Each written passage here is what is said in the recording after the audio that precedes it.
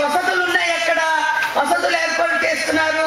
అందరి భక్తులందరినీ రమ్మని ప్రార్థిస్తున్నారు.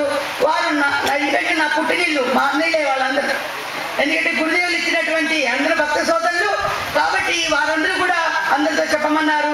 భక్తులందరూ వచ్చి తుని నగరానికి, అక్కడ ఉన్నటువంటి అది కూడా స్వామివారు జయంతులు చేసినటువంటి స్థానం తుని. చిన్నప్పుడు చాలా సంచరించారు శ్రీ గురుదేవులు, అక్కడ జయంతులు జరిగాయి. అవన్నీ కూడా అది కూడా కురుక్షేత్రం మరి. కాబట్టి అందరూ కూడా తుని క్షేత్రానికి, ఆ తుని నగరానికి వచ్చి యాగంలో పాల్గొమని ప్రార్థిస్తున్నాం. అయితే మధ్యలో ఇంకెక్కడికి రావద్దని మాత్రం